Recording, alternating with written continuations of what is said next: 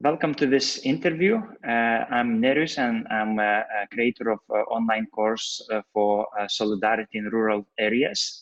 And today I will be speaking to Herman from Latour, which is a local community, and he will be sharing his experience and their organization's experience about working with European solidarity projects in rural community. I'm very happy you joined and agreed to have this interview. Yes, and I would like to start from a first question, which is, what is your community special about?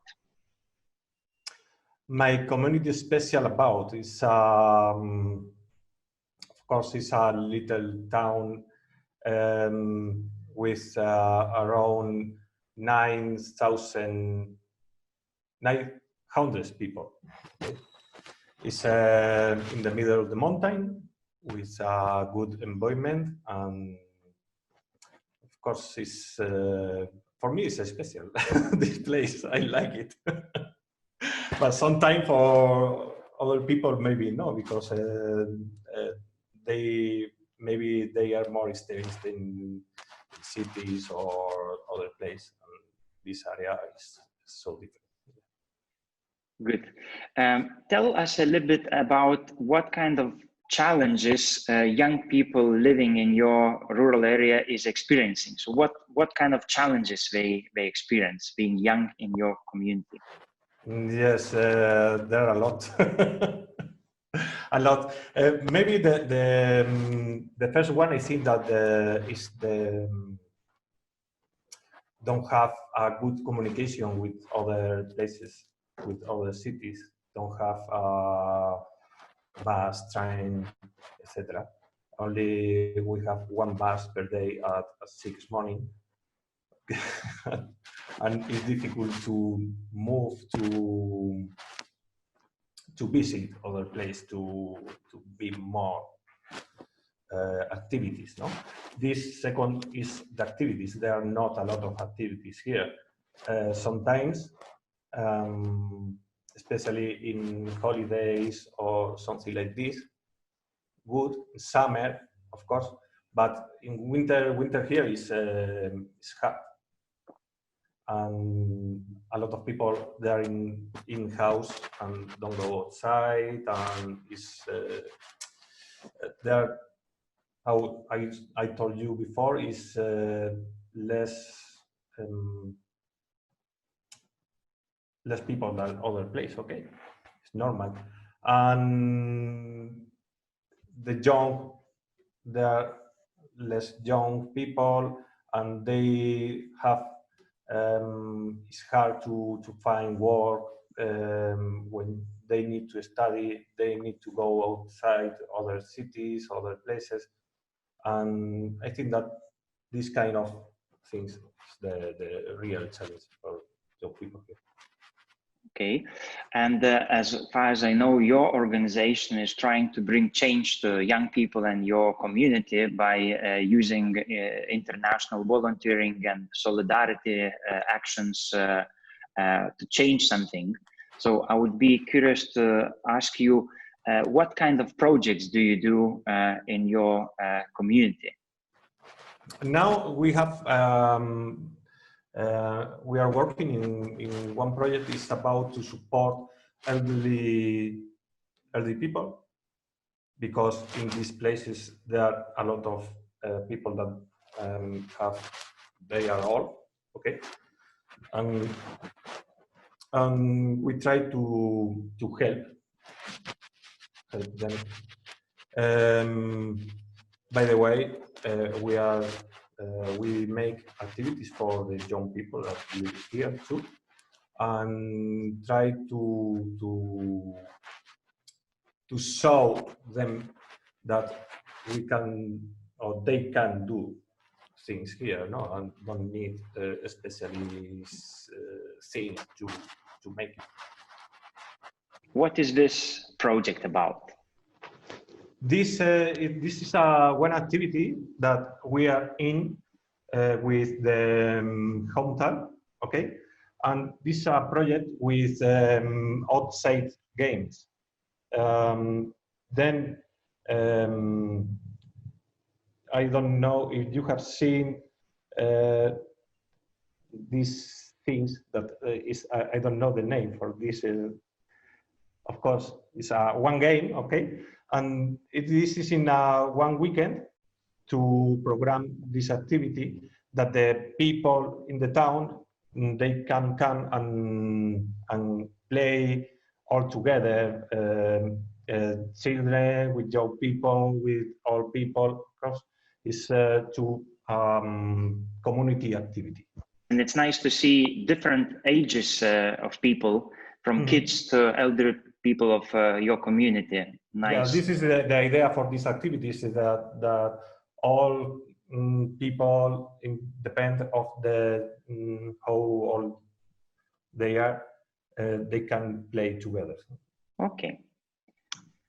And this one, what kind of activities here? What kind of project maybe? This is one activity inside our project with support to the old people. The name of this project is All Youngster. Okay, it's all worth it because it's inventing this. Because in Spain there are one word for this is new expression is viejóvenes, is old people that with young soul. Okay. In this moment, we did a memory sessions. Okay, is to try to the old people have a brain activity. Okay. Okay. To make different things, games, etc. with them, okay, to improve the brain. Okay. And in your activities with elder people, do you involve only local young people or also international volunteers? No, Christina, this woman is Christina, is the volunteer. Is Okay. They work with yeah. And from and which the other one with yellow coat is yes. Christina too. Okay, is okay. And from which countries do you have volunteers, or you had volunteers? Just to give example, from which countries you had volunteering? Now we have listened for 2 volunteers. Okay, we can to apply to for more. And she is from Bulgaria. And we had one other volunteer from Greece, but she find one job in her country, and she decided to return. And now we are finding one volunteer to replace to this volunteer. Okay, let's continue. And in this creative picture, what kind of activity project is this? This is the Halloween night. We make here in the office, we custom, I don't know is correct the word or not. We make here like a Halloween castle, okay? And put a lot of things, lights, etc. And then we try to scare to the child and make things with them. It's a Halloween night, it's so funny. And they were so happy this night. I think faces already show that they are quite happy about this activity, especially kids. Yeah. Okay, I think it's nice always to see lively what people are doing across different locations and communities. Tell me a little bit more about what is so good about the projects which you do in your community. I mean, why do you do international projects? For me, it's amazing. I think that it's important to, especially for young people, that they can discover these possibilities to improve themselves.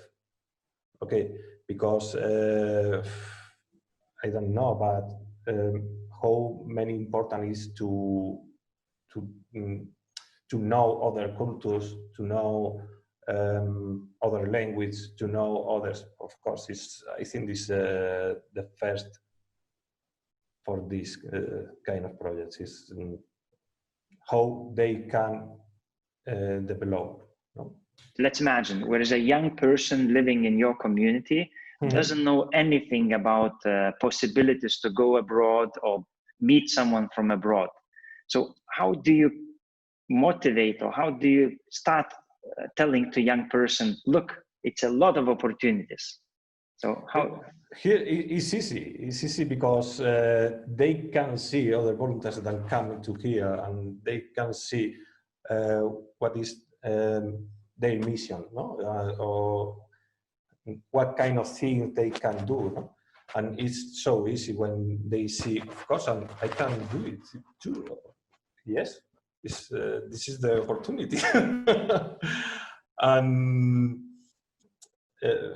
for us, maybe in a big city, etc., maybe it's, I don't know, but maybe they can see easier, but here is so easy. But because in the first time that the volunteers come is foreign people that, oh, what is it?